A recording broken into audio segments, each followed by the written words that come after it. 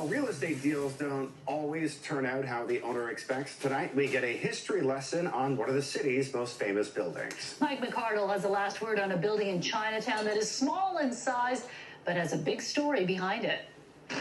You know the skinny building in Chinatown? Well, it is also the story of a smart and brave fellow who got the better of some bullies, and that's the kind of story we all like. It started when Chang Toi came here from China just around 1900. He worked really hard and saved up enough money to buy an empty lot just off Pender Street. He had no money left to build anything on it. This was not a good time for Chinese in the city, and politicians were just as bigoted. What'll happen if Chang puts up a big building on his lot, said one. It'll hide our tall building. That tallest building is what we call the Sun Tower, and it's on Pender, and that empty lot was nearby, and the politicians were going crazy, and they developed an idea.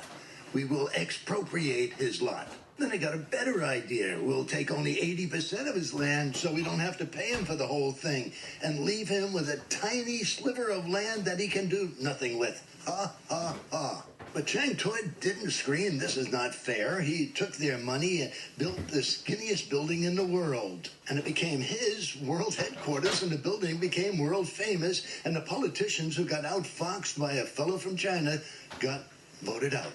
And the tallest building in the city got swallowed up by taller buildings. And Chang Toi, because his was so small, got to pay lower property taxes. And that's the way a story should end. Mike McCardell, CTV News. Even without the stock video, Mike McCardell can still tell a good tale. Candy, I love that building as well. I walk by it all the time. I think it's Jack Chow Insurance, or something. The nickname is Slender on Pender. That's cute, isn't it? So, Anne, last word on the weather tonight.